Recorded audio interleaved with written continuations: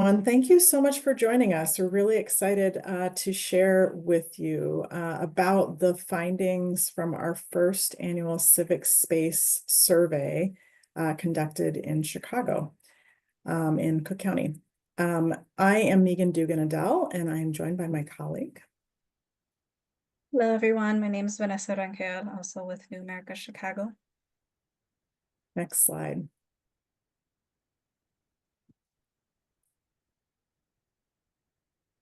We'll go forward two. So we wanted to start by telling you a little bit about CivicSpace. So CivicSpace is a core initiative of New America Chicago.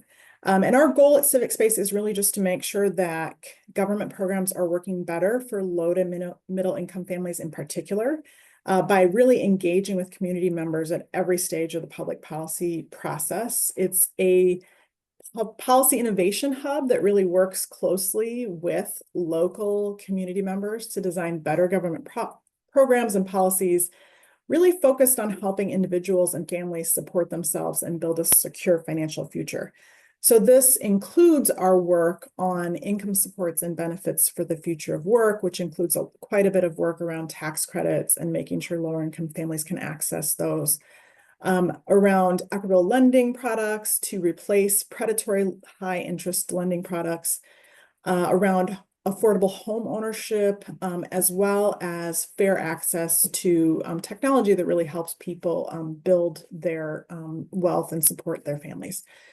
So just as technology is best tested with users, we really think that public policies should be designed with input from the people who use them. So we work closely with members of the community. We pay them for their time and their expertise, and they really help us learn what works and what doesn't with government policies and programs. We intentionally recruit a combination of people connected to local nonprofits, also those who have no connection at all, to make sure we get really broad views.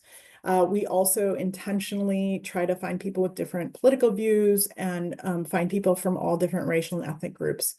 We work really closely with other departments at New America, and really all of our work is in partnership in some way with community-based organizations on most of the projects that we work on. And now I'll turn it over to Vanessa for the next slide with our agenda. Thank you, Megan. So here's a brief overview of what we'll be discussing today. We'll start with the overall survey goal and focus, and then we get into more about who we heard from, the community voices and demographics of who answered the survey. And then we'll just deep dive into the top line findings and priorities indicated by community members and shifts for us and others in the space to consider in our work. As they mentioned at the beginning of the presentation, we'll also have time for Q&A at the end. So if anyone has any questions throughout, please feel free to type into them and we'll get to them at the end.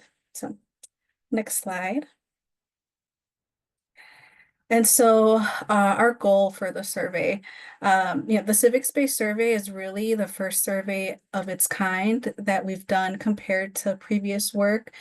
Typically we've really gotten to dive deep with community members on different topics and policy areas. And this time we really wanted to get a temperature check with a broader audience. We got to check in with a broader group of Cook County residents. We had a total of 515 responses, and we really got to learn what people earning under $60,000 a year needed to feel financially secure, and particularly Black and Latino communities, which I'll get more into shortly. And the second main goal of the survey was we also wanted to ensure CivicSpace is living up to its own vision. As Megan mentioned, including community voice in the policy design process is crucial. So we want to make sure that we're using the results of this survey to help guide our own work and make sure that our priorities are aligned with community needs. And, we've already used these survey results in our own annual planning and priorities for the coming year. And so it's been very helpful so far, a lot of rich insights. And so if we could go to the next slide. And so we'll get more into these particular questions, but the focus of the survey, we wanted to get community feedback on current and potential priorities within our buckets of work. And so we had residents rate on a 5-point Likert scale how important or unimportant these different topic areas were to them. And then at the end of the survey, we had a series of open-ended questions to get some more deep, rich feedback on why these particular topic areas were important to them. What, if anything, are we missing, or if there's anything they would swap out in place of something that we had listed. What do they wish lawmakers were focused on more? And lastly, like, what is their version of the American dream, and what do they fear could get in the way of them achieving it, either themselves or within their communities? So if we could go to the next slide. And so before I get into the demographics of the survey, I just wanted to provide space and remind folks that, behind each data point, there are community members who took out the time to respond. And, despite folks being from different zip codes, different backgrounds, there are a lot of people that are financially struggling right now. And so I think it's important to keep in mind, the stories and the experiences behind each of these responses. I won't read through each quote individually, but just wanted to give folks time to kind of look and remember who the survey is really about. We'll also be sharing these slides, and the presentation will be recorded for future reference after this.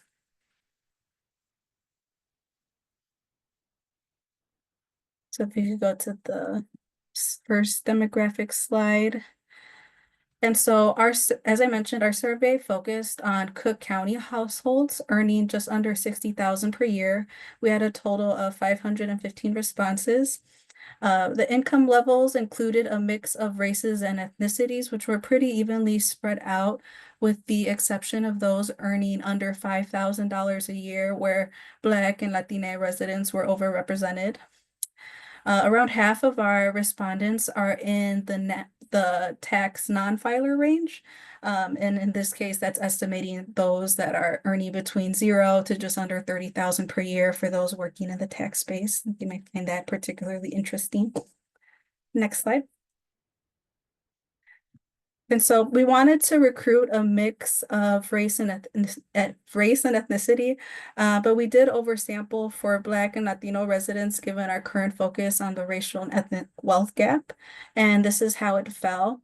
African Americans were very well represented in our sample. They formed 42%.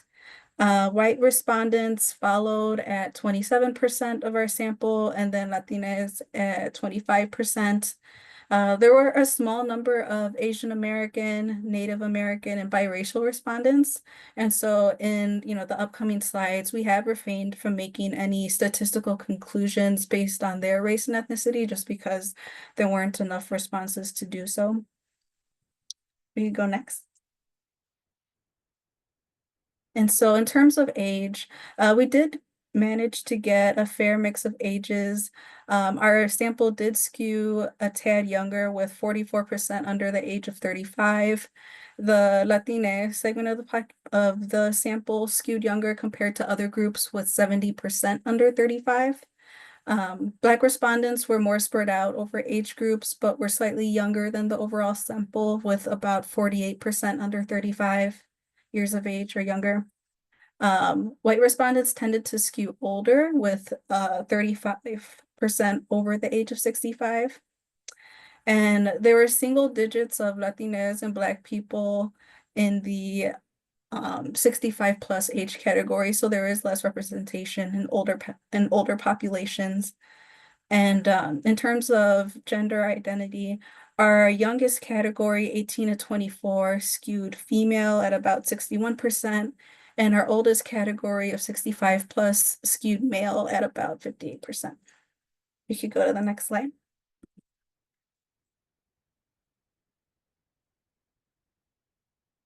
And so our sample was fairly evenly split between male and female. We had a small number of non-binary or trans respondents. And so similarly to how we treated the smaller race and ethnicity categories, we didn't make any conclusions about their answers. Latinas skewed female with about 66% of that sample, and white respondents tended to skew male at about 68%. Black respondents were fairly evenly split between male and female. And female respondents tended to be slightly younger, with about 26% being women versus about 16% of men between the ages of 18 to 24. And male respondents were pretty well spread out across the age groups, with about like 15 to 21% in each category. We could go to the next slide. And I thought this one had some particularly interesting insights. Respondents were fairly well distributed across the different political views. And just wanted to note that we did ask this question, not by political party, but how people align themselves, their political ideology, orientation. And so, there has been a lot of political polarization, and there may be negative feelings associated with certain parties. And so we wanted to more so focus on their political alignment or orientation rather than party. And so around 4 in 10 of all respondents were either consider themselves either centrist or undecided.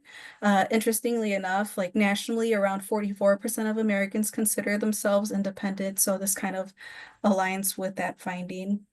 1 in 3, or about 33%, considered themselves left-leaning or very progressive. Black respondents in particular were well split across the board.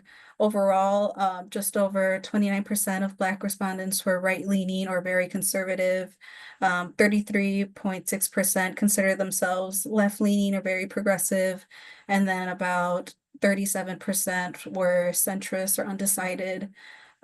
White respondents tended to be a little more centrist and left-leaning than other groups. Latina respondents were most commonly centrist or unsure, undecided. Generally, they were less likely to be found in the very conservative or very progressive end of the spectrum. And extremely low-income people were fairly spread out across political leanings, but were more likely to be unsure, undecided than other groups. Nearly half of the 2 lowest income brackets were either unsure, undecided, or centrist. And as income rose, people were less likely to be undecided. And I think it's interesting to note that despite how firmly blue of a state Illinois has been, there is still a spread of how people align their political views. The survey focused on Cook County, but was not overwhelmingly progressive or left-leaning. And I think it's important to keep this in mind in how we approach and talk about policy with community members. And so we can go to the next slide, and I'll go ahead and pass it over to Megan to get into the findings.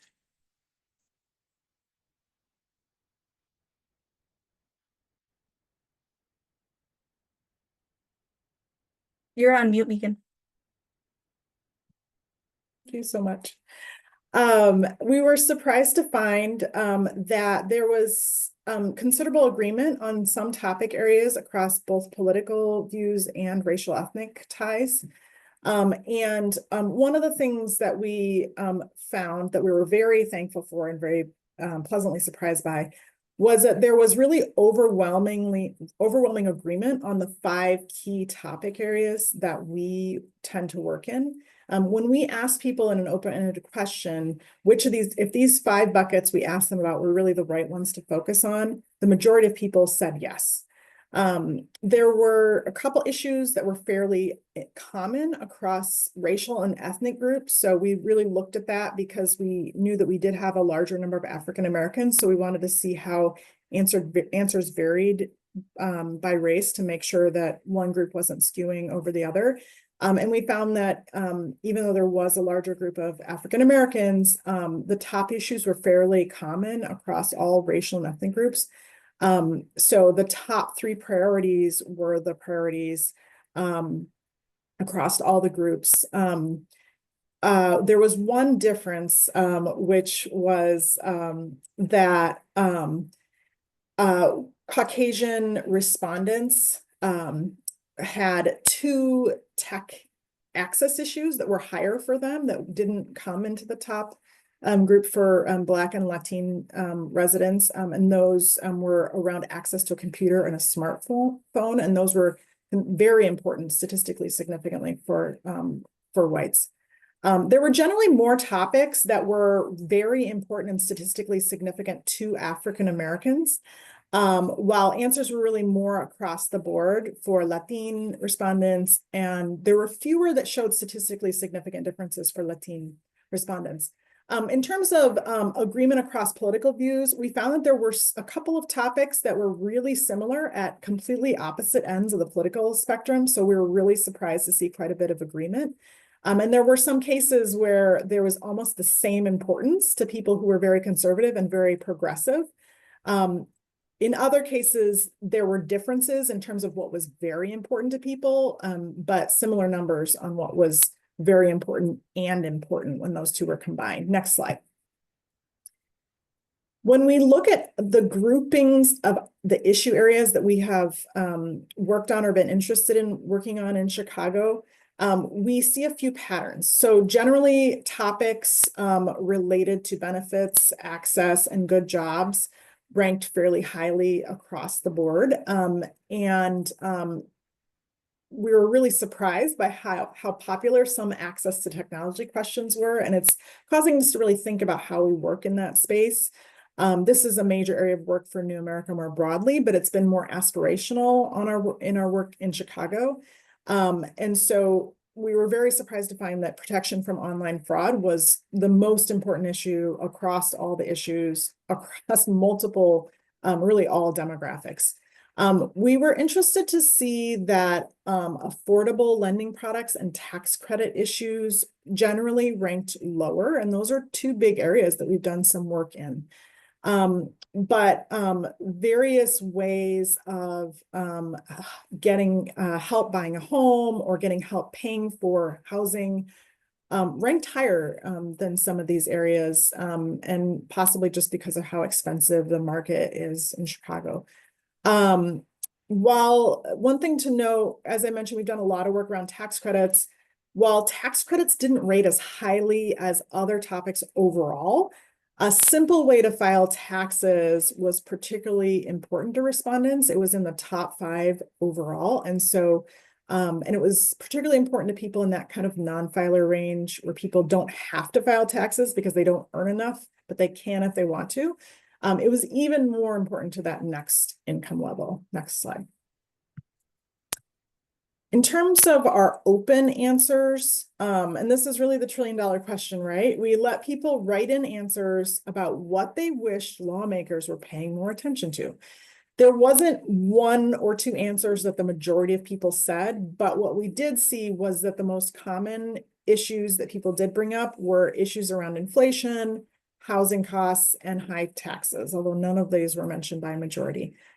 Affordable housing was particularly important when we asked people about why they picked what they picked. But unfortunately, the dream of homeownership felt impossible to a lot of people. The fact that so many people were just concerned with just paying rent or coming up with a security deposit shows we have a lot of work to do to make sure people can afford a home. They just weren't there yet, probably based on how much jobs pay and how much they were earning. People had a lot of concerns in our open-ended questions just about just paying for the basic necessities, larger things that they and their family need. So that was something that came up in those topics. Next slide. We presented 3 to 5 items at a time by issue areas and then asked people to vote on the Likert scale that Vanessa mentioned earlier.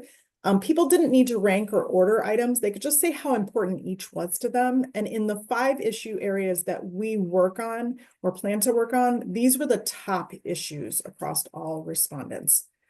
So having a simple way to file taxes that can help people ostensibly, it can help people get their tax credits, affordable health insurance, low-cost personal loans, help paying for rent or security deposit, which we were surprised by, and then also protection from online fraud, like I mentioned. Next slide.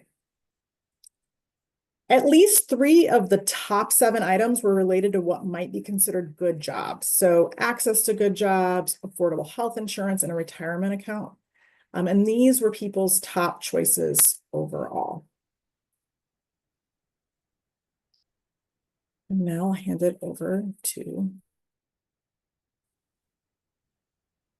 Okay, thank you, Megan. A lot of great information so far. Just wanted to remind folks of the Q&A option and that we'll be able to get to it at the end if any questions arise as we're going through all this information. But yeah, as Megan mentioned, like tax credits as an overall topic weren't as high as other issues, but a simple way to file taxes was fourth among all topic areas and tied with help paying for rent and people considering it very important. A surprising number of very low income people pay tax filers or tax preparers to make sure they don't make mistakes on their taxes. And that could cost folks as much as an entire paycheck for someone earning around $10,000 a year. And also, as many of you that work in the tech space know, Direct File, a program launched by the IRS earlier this year, is a historic new service that allows eligible taxpayers to prepare and file their federal tax return online for free. And although Illinois isn't officially a participating state yet in this program, it could help solve the issue of a simple way to file for many. However, House Republicans are calling on President-elect Trump to end this program on day one of his upcoming term. This would devastate the progress made by the IRS to simplify tax filing for lower income households that need it most, similar to those that filled out the survey. So something to consider. Um, a simple way to file taxes was also particularly important to people who think that the CTC and monthly CTC payments are very important. This relationship was very statistically significant. We could go to the next slide. And just to dive a bit more into a simple way to file and how it breaks down by the demographics, a simple way to file was very important to about 8 in 10 of the people who fall into the non-filer income range, which is, if we estimate it in this case to be about between 10,000 to just under 30,000. These are people who do not need to file taxes, but generally would be eligible for a higher earned income tax credit or child earned income tax credit than other low income non-filers. It was even more important, as Megan mentioned, to the people who are just over the filing threshold but are still eligible for the EITC and CTC. Among those earning about $30,000 to just under $50,000 a year, a simple way to file was very important, or important to nearly 90% of those respondents. And close to 8 in 10 or 9 in 10 of people in the 3 largest racial and ethnic groups consider it very important. Most age groups considered it pretty important as well, with about at least 80% of all age groups, except those 65 and over, considering it very important or important. It was most important to those aged 25 to 34.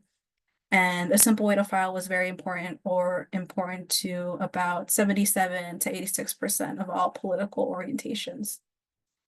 And so if we could go to the next slide for Megan to cover jobs and benefits. So as I mentioned, a number of jobs and benefits topics ranked really highly across the board, across all the topic areas. So as we mentioned, 3 were in the top 7. The final one, paid time off, was actually really very close behind in popularity and almost made it. We found that 90% of respondents found that access to affordable health insurance was very important or important. And nearly as many, about 85%, thought the same about access to good jobs. There was actually a difference of 1 person in the number saying that each of those were very important, which was surprising. Next slide. With affordable health insurance, it was really most important to those who were earning around $30,000 to almost $50,000 a year, similarly to simple way to file taxes. And that may be because people are kind of at that age where they're still building their career. They likely have children that they're paying for. We were really surprised overall how important affordable health insurance was to people's sense of being able to have enough money to care for their families, especially in a state like Illinois, that has expanded Medicaid coverage and that has, invested some money in their marketplace. But of course, it's just a really major expense for people in this day and age. One thing that's important to note, it's not clear from our survey what people's current access to health insurance was, just that having affordable health insurance was really important to their sense of financial security. So people may have had health insurance or may have had access, but really the, premiums were perhaps a little too expensive for them to really cover, or it may not have been good quality. We found that it was also very important across the board to all, racial ethnic groups, particularly right around the same importance for all of those groups, with the exception of slightly more white respondents thinking it was very important, otherwise very similar across the races. This was slightly more important, so to people as they moved left across this political spectrum. So those people tended to rank it very important a little more. But across the board, when you add very important and important together, around 9 in 10 or more of all political orientations thought it was very important or important. It was also very important to at least, you guys are going to get tired of saying that, but at least 84% of all age groups. And as you might imagine, the importance increased after age 35 when people have children, or more likely to have children, and they're more likely to have health problems. At least 68% of all people over 35 years old thought it was very important. I'll go to the next slide. Access to good jobs, as I said, was up there for people as well. And it's an area that New America broadly does quite a bit of work on. So it's really no surprise that this was really important, as like our entire system, right? The type of job you have is directly related to so many other protections and financial security things, such as access to healthcare, whether or not you have paid leave, secure retirement. So it was very important to at least 80% plus of respondents across all income levels. And it was very important to at least 58% of all income levels. So it was pretty up there for people. Access to good jobs were a little more important to Black and Latin residents when we look at people who ranked it at the highest level of importance than white respondents. When those two are combined, so very important and important answers, Latin residents found it a little bit more important, very close though between Black and Latin respondents. And honestly, no matter people's political affiliation, and this was surprising to us, it was important to people. And that might be because of the income levels that we're talking about. So, and sorry, I'm thinking of the affordable health, in health insurance. It was, this is like something that crosses across political views, and it makes sense. So it was very important to at least 59% of all political orientations. And it was, the top two categories for at least like anywhere from 80 to 90% of people across all political groups within each group. So across age 18 to 54, 90% people found it, again, very important. And we were surprised that it was actually still, it was less important, but still important to people over 65, which was really interesting to us since, technically they're retirement age. But it's possible that, because we're really looking at lower income populations, they were still, still needed to work. You can go to the next slide. Hand it over to Vanessa. Okay. And so, as we mentioned before, like generally, this category of affordable lending products, it ranked lower than our other issue areas. None of the 3 items from this topic made it to the top 10 issue areas. We, as Megan mentioned, we've done a lot of work in this space, and part of the reason why we did a lot of work previously was that our major partner and funder, the Chicago Community Trust, they did some community listening over 5-6 years ago, and this topic area was indicated as a priority for community members. And so just something to keep in mind, how priorities may change over time, or that we have to adapt our work over time as things shift. And so just to talk about this area a little bit, within the area of affordable lending products, the three different types of loan we asked about were fairly close in importance. However, low-cost personal loans slightly beat out higher education loans or grants, with low-cost small business loans coming in last at about 28%, finding it very important. Um, However, it should be noted that over half of respondents found these three topics very important or important overall. And we can go to the next slide where Megan will talk more about affordable housing. Thanks, Vanessa.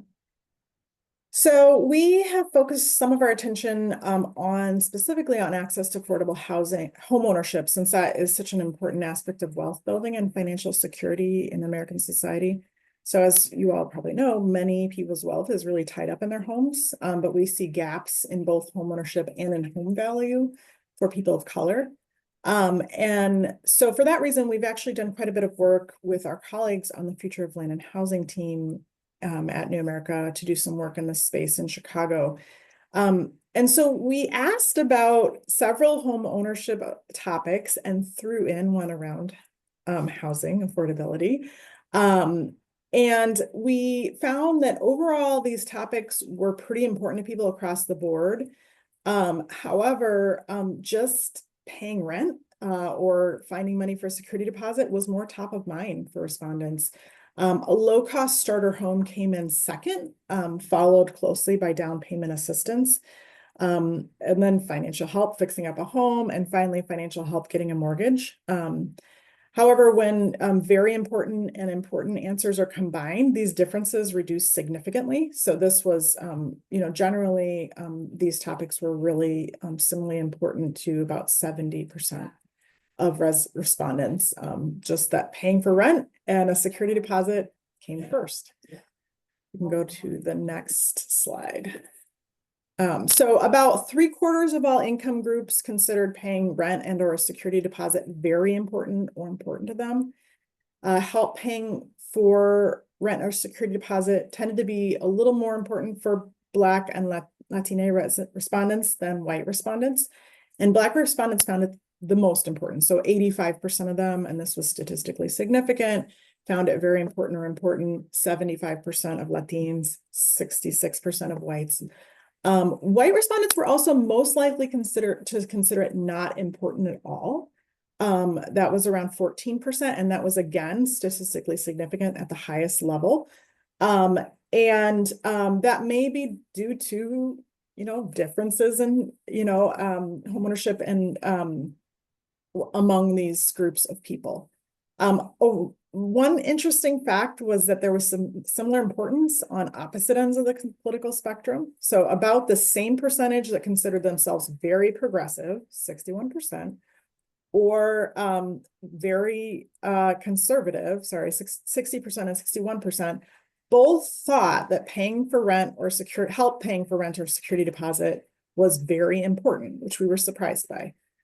Similarly, around 8 and 10, people in every single political group found that it was very important or important.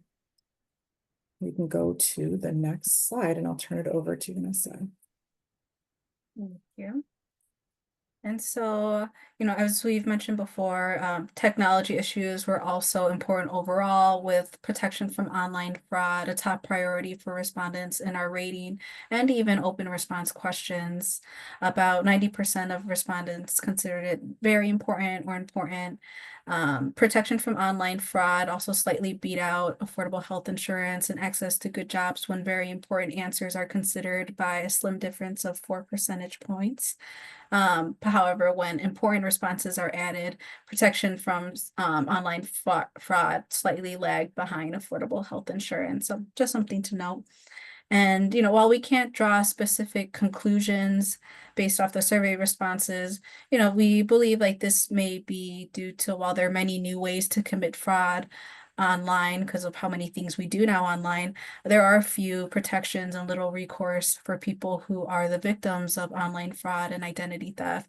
And this may be a major concern because people who are on the lower end of the income spectrum also have like so little to spare, and that getting scammed can set them back substantially. And so we can go to the next slide. And so protection from online fraud was important across the board in all demographics except for age. At least 8 to 9 and 10, at least 8 to 9 and 10 of respondents found protection from online fraud important or very important across income groups. Around 90% of Black, white, and Latina respondents found protection from online fraud very important or important. Protection from online fraud was very important or important across the board to around 90% of respondents, regardless of age. However, there were statistically significant differences in those considering it very important between younger and older respondents. And so it was very important to about 59% of 18 to 24-year-olds, but highest with 55 to 64-year-olds at about 85%, very important. And at least 83% of all political groups considered it very important or important across the board. And so if we could go to the next slide. And now I'm gonna get into the open-ended questions and their results. For this question, we asked people if you could please tell us more about how or why the options you picked in the previous rating questions would help, which are most important to you. And the top most frequently mentioned response was related to affordable housing, as Megan mentioned. People were concerned about the cost of homes, mortgages, and rent. It felt impossible for many to achieve the dream of homeownership. The second most frequently mentioned response was coded as financial assistance, or in other words, people picked the topic areas in previous questions because they need help paying for what's important to them, whether that be a large purchase like buying a home or small everyday expenses like bills and basic goods. People are just in need of help and resources. And similarly, the third most common theme that arose were concerns around inflation or the cost of living. People are struggling to make ends meet and afford basic necessities. We could go to the next slide. And so the next open-ended question, we asked people, what do you think about what you and your neighbors need to succeed financially? What do you wish lawmakers were paying more attention to? And so the top three most frequently mentioned themes were inflation, again, as in the cost of living, and that essential goods are unsustainably high, housing and affordable housing, whether that means homes or the cost of rent. And a new topic, taxes, as in taxes are too high for lower middle income households. And people tended to talk about about taxes generally being too high, but 19 people specifically mentioned high property taxes. And although it wasn't in like the top three, frequently mentioned items, concerns about crime and the need for quality jobs were also a priority for respondents. And, there was also a theme of deservingness among who lawmakers should pay more attention to. Unfortunately, many felt that American citizens weren't getting enough support compared to recently arrived immigrants. There were a lot of negative feelings and tensions that arise from the survey open ends. And, that isn't really helped by the rhetoric from, this past election and the blame that's often attributed to newcomers for trouble with the economy and jobs. And so just something to consider when talking with folks and, bringing up these conversations. If we could go to the next slide. And with this question, did we miss any key areas of work that would help people thrive financially? Generally, no. When we asked if our priority areas were the right ones to focus on, the majority of respondents thought they were. There wasn't a single other area that was consistently elevated as more important, which is reassuring. Affordable healthcare or health insurance was mentioned 15 times in this specific question, but it was also elevated in, our rating question and mentioned in other open-ended questions, even if not among the top responses. And so it's definitely another area of work that we should keep in mind and consider moving forward. We could go to the next slide. Yes. And so last but not least, we asked folks like, what does your version of the American dream look like? Excuse me. And what do you worry will get in the way of achieving your version of the American dream and financial prosperity? Given how the question was framed with financial prosperity in mind, it's not surprising that most respondents indicated that financial stability was how they defined their version of the American dream, and financial worries or hardship as the biggest barrier to achieving it. The financial worries code often referred to like more general concerns around being able to afford basic goods, services, bills, and other necessities. Um, but people's version of the American dream was also commonly defined by owning their own home and living a comfortable life, as in having their basic needs met. Having a family or taking care of one's family was a major priority for people and defined many people's visions for the future. Not in the top three of responses, but pursuing happiness, being happy, living a stress-free life, as well as like well-paying jobs and the opportunity for a good job, were mentioned less frequently than the top choices, but worth mentioning under the definition of the American dream. And in terms of what people worry will get in the way of achieving their version of the American dream and financial prosperity, again, inflation or the rising cost of living, concerns over crime and safety. There are major concerns besides the more general financial worries category. And so I'll go ahead and pass it over to Megan to close us out with the last few things. Thanks, Vanessa. So, as we think about the future of civic space, making sure that our work meets the needs of low to middle income community members is really important to us. And this survey will really help us as we work with our colleagues, with other nonprofit partners, and with funders to really figure out what we do next and what we move on from. So the results were pretty clear to us, although some of them were surprising, that we really need to think about how to address tech trouble. So how do we make sure that people are protected from scams? We need to double down on our work on access to good jobs and benefits if we, are able to, and the work around simplified filing is important to people, as well as affordable housing more generally, and that we need to really be thinking of that more broadly to make sure people's needs are met. Paying for rent and a security deposit, as I was just mentioning, really outranked access to home ownership. That came first, and then home ownership is the next step. The survey made it pretty clear that there has to be a focus on both. People have to be stable to be able to reach the dream of home ownership. And so it's really important to think about creative ways to help people get there. We have already really started to step back our work from some of the low cost loans. Particularly business loans were not as important to people, were not a top priority.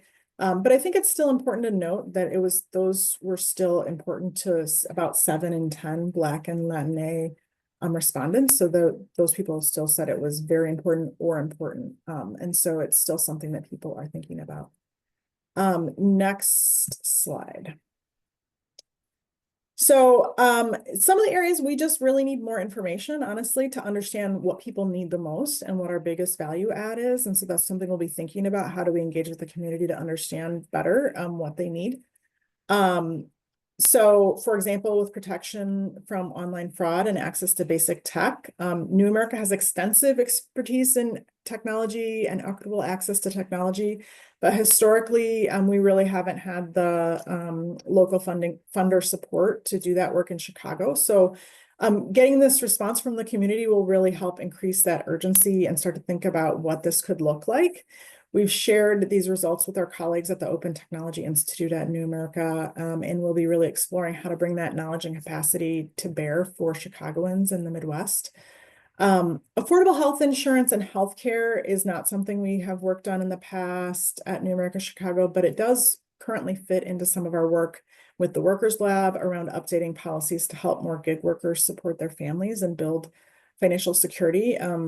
So that's something we have to really think about. How can we support the other groups that are working on benefits cliffs? How can we think about this more broadly and just make sure that we're supporting that work that's out there? Vanessa had mentioned the concept of deservingness and immigration, and that, really came up during waves of migration from the Texas border. It's already creating some tension that could cause problems long term, and we see this as potentially really getting in the way of, these are in particular African Americans and Latin residents could really accomplish a lot by banding together to solve some common challenges. It's something that our partner Center for Changing Lives will be addressing at our next Us at 250 event on the south side of Chicago in January. It's also something that we're anticipating really talking about with community residents and tackling during our upcoming community design sessions in Chicago and hopefully in other locations around the Midwest. So that's something for people to think about, how that could, cause challenges and issues in terms of really moving forward the policies that we want to see. So that's all I have on that, and I'll turn it over to Vanessa. Yes. Well, thank you everyone that has joined us today and has stuck through the whole presentation. As promised, we want to get to the question and answer section. And so let me go ahead and pull up some of the questions that came up. And so the first one, how did you recruit survey respondents? Yes, I can answer this one. We partnered actually with Qualtrics on this survey. They handled the recruitment they received sample through various pools, and so they managed the recruitment process for us, which is very helpful that we were able to get a variety of respondents. And we particularly thought it would be useful to get respondents who may not necessarily interact with the nonprofit or advocacy space much often. And so we wanted to get a very fresh perspective from folks that we may not already hear from. And so, yeah, I don't know if there's anything you'd like to add, Megan. Perfect. Okay. Let's see. Another question. Do we have a sense of what people wanted to use the personal loans for? I don't know. I would say not necessarily, since it was a rating question and we didn't probe about personal loans specifically. Um, do you have any thoughts about this, Megan? Yeah, I would agree with what you said, but I think I would add it wasn't something that came up a lot of in the open-ended questions. So we didn't get people saying how they'd want to use those. There is a lot of research out there about how people do use those different types of personal loans. So there's actually a fair amount of research out there on that topic. Whether or not that'd be true for our respondents, not clear. So, and I should say, yeah, the research, shows that there's 4 different kinds of users, and there's, a substantial number of people who are just using it to like get from check to check because their checks don't come at the same time. There's a substantial number of people who are using it just because they can't afford all their basic necessities. I'm so sorry, everyone. I have an automatic, my lights go down automatically if I'm not moving enough. So there's a number, and then there's people who do it for large purchases, but those are the 2 largest groups. We can still see you. It's okay. Okay, good. I keep like trying to move my hand so it can see me. That worked. Okay. Another kind of similar question, trying to get more into the results. Was the topic of landlord rental protections covered? Again, just trying to think back to the responses from the open-ended questions. It wasn't really something that was mentioned very specifically. Truthfully, a lot of folks kind of talked about issues they were experiencing more generally, as in like, oh, I need help affording rent, or security deposits are too high, or I don't think anyone got into like the specific landlord or rental protections. let's see. Oh, they also added Chicago doesn't have enough safe quality housing and protections from landlords. Yeah. Okay. From Anonymous, did childcare costs come up? I would say, some people, a handful of folks mentioned them in the open-ended responses, especially in terms of like the American dream question. And there's a lot of folks who either prioritize their current family or like the dream of like having a family. A handful of people did mention childcare costs. Um, Maybe one or two people specifically mentioned the child tax credit as a way to help them cover childcare costs, but it wasn't something that was fairly high. I don't know if there's anything you'd want to add, Megan. Yeah, it wasn't one of our main responses. I mean, honestly, like, so Vanessa and I split up the open-ended questions and did some coding of the open-ended answers. And the question I had, it wasn't I mean, it was something that came up along with everything else, but it wasn't a large number of people saying that. And the same with food security, which someone else asked about next. Yeah. It food security, like people specifically mentioned like the cost of groceries being too high. Um and yeah, just the cost of groceries along with the cost of other things being too high, and how a lot of people felt they couldn't afford to eat like healthy or like well for them, and like how that was discouraging. But mhm. Yeah, sorry, I misspoke. I was thinking of food scarce, like food deserts. Mhm. Um, yeah, that's a good point. There was a fair amount of, I don't know, people wouldn't necessarily frame it as food security, but there was definitely a concern about the cost. As you said, that was something that definitely came up in multiple people. Mhm. Let's see. From Anonymous, could you please explain that survey respondent recruitment insight a bit further? Why nonprofits excluded? Most local nonprofits have best sense of local needs. Um, I would say we definitely don't